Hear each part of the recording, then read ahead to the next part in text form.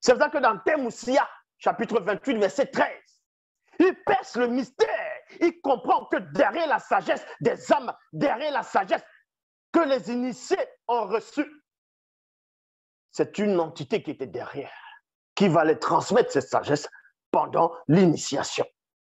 C'est pour ça qu'il dit ici qu'à un moment donné, beaucoup de personnes parmi le peuple ont cherché où provenait la source de la haute sagesse, de la haute, c'est-à-dire la sagesse au-delà de la haute fréquence, ont cherché la sagesse, beaucoup ont voyagé, beaucoup ont étudié en cherchant une forme de sagesse, ont médité.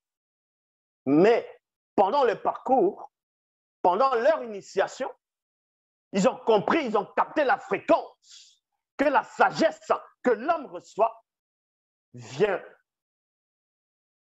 de l'entité de sagesse par la permission de la manifestation de la volonté de l'Oba. Ça, cela vous le dit ici. Mais l'entité de sagesse, virgule, où se trouve-t-elle? Point d'interrogation. On trouve l'entité de sagesse où? Où est la demeure de l'entité de l'intelligence? Il y a virgule ici. Parce que dans les torchons, donc les Bibles on dit où est la demeure, la sagesse se trouve où? Où est-ce que la sagesse se trouve?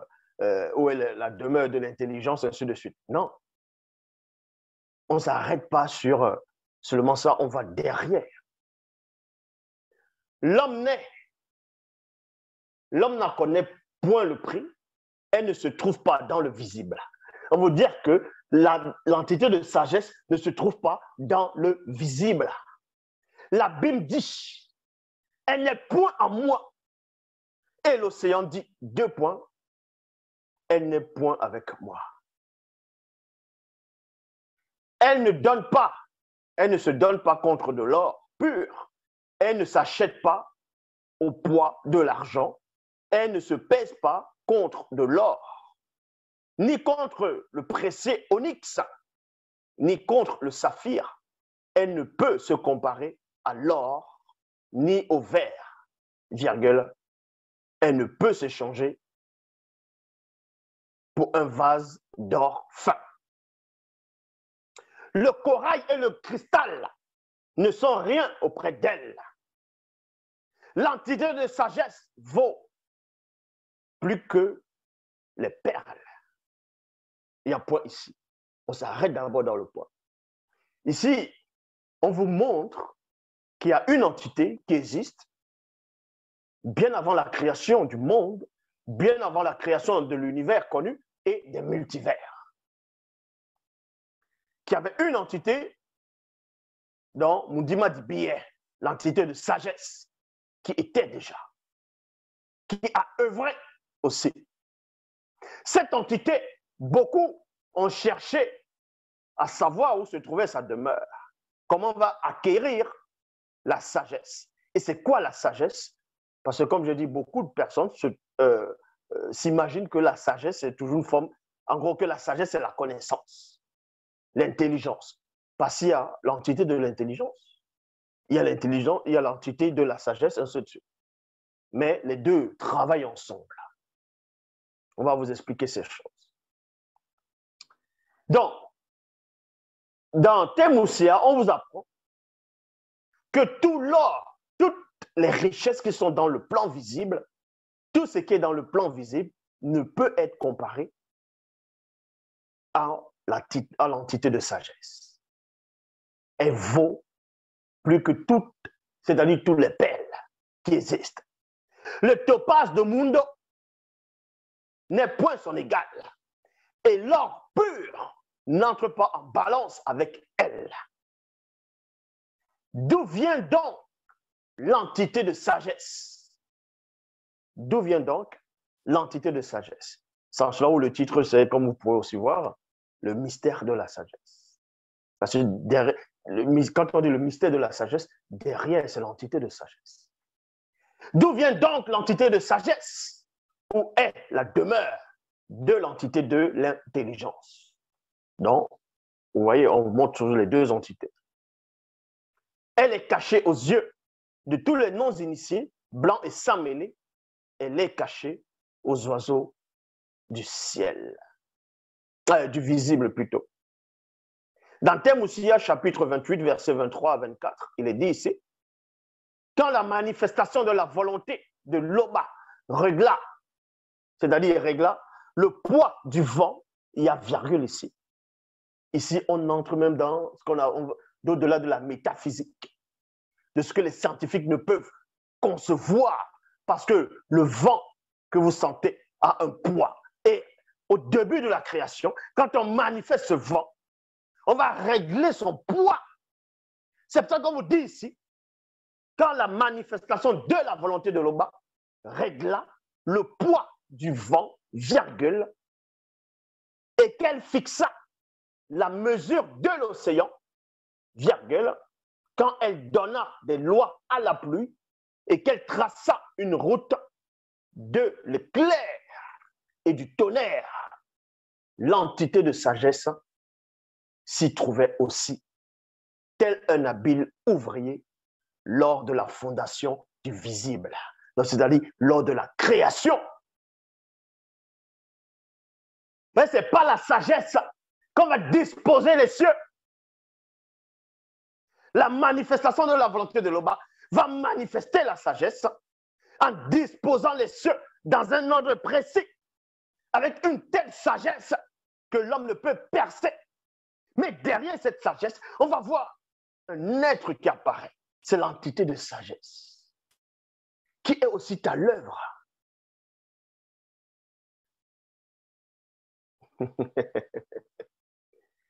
Pendant la création, on vous apprend que l'entité de sagesse est à l'œuvre. Maintenant, je sais que ça peut peut-être perturber ceux qui n'ont pas encore été initiés par rapport à cette haute connaissance. Comprenez ici qui a la force. C'est ce qu'on appelle la force, la puissance. Donc, ce n'est pas la force qui a ce qu'on appelle la gravité ou la gravitation. Donc, la Terre, elle est là, elle est posée, elle ne tombe pas, elle ne descend pas dans le vide intersidéral. Les étoiles sont placées dans l'étendue du grand voile, c'est-à-dire de l'univers visible. Il y a la force de la gravité. C'est avec la sagesse qu'on a placé cela, c'est avec l'intelligence, c'est avec la science. Et encore. Parce que quand l'Oba, par la manifestation de sa volonté, manifeste lors de sa création tel élément avec la sagesse, c'est parce que derrière aussi, la sagesse qui vient de la manifestation de la volonté de l'Oba, on va trouver aussi l'entité de sagesse. Quand c'est l'intelligence, on va trouver l'entité de l'intelligence.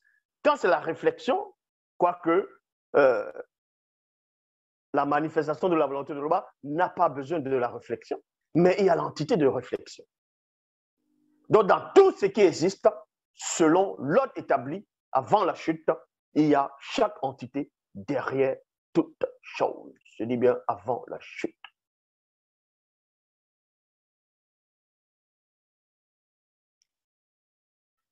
C'est en cela qu'on vous dit ici que quand la manifestation de la volonté de l'Oba régla le poids du vent, allez expliquer maintenant aux gens comment on règle le poids du vent.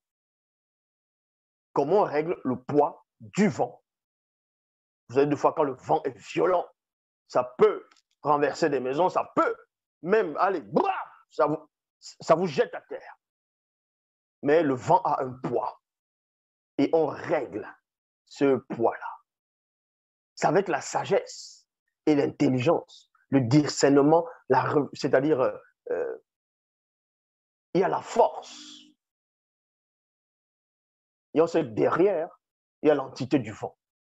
Il y a l'entité de l'intelligence. Ça, cela vous dit ici, et qu'elle fixa plutôt la mesure de l'océan quand elle donna des lois à la pluie et qu'elle traça la route de l'éclair et du tonnerre. L'entité de sagesse s'y trouvait aussi. L'entité de sagesse s'y trouvait aussi. Quand on dit aussi, ça veut dire que l'entité de sagesse n'est pas la manifestation de la volonté de l'Oba. Il faut que les gens comprennent cela. Il faut bien lire et bien comprendre. Tel un habile ouvrier lors de la fondation du visible. Donc, quand le monde, la création était en train d'être formée, l'entité de sagesse était là. Mais elle n'était pas seule. Mais ici, on parle de l'entité de sagesse. L'entité de sagesse était là au début de la création, pendant la création. Elle a assisté à la création. Mais il n'y a qu'un seul. Il n'y a que l'Oba, l'unique créateur de toutes choses. Mais on vous apprend néanmoins que l'entité de sagesse était là comme un habile ouvrier. Puis, elle dit à l'homme initié, voici la crainte du respect qui est due à tes terres. C'est la sagesse. S'éloigner du mal, c'est l'intelligence. Ça veut dire quoi? Ça veut dire que bien plus tard, après la création du visible, quand les hommes commencent à se manifester, y compris même les animaux d'abord, les hommes commencent aussi à se manifester. Quand l'entité de sagesse va initier, premièrement les initiés, voici ce qu'elle va dévoiler.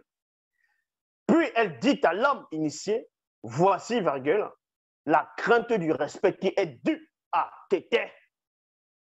C'est la sagesse. C'est la sagesse. Donc, cette sagesse, c'est quoi?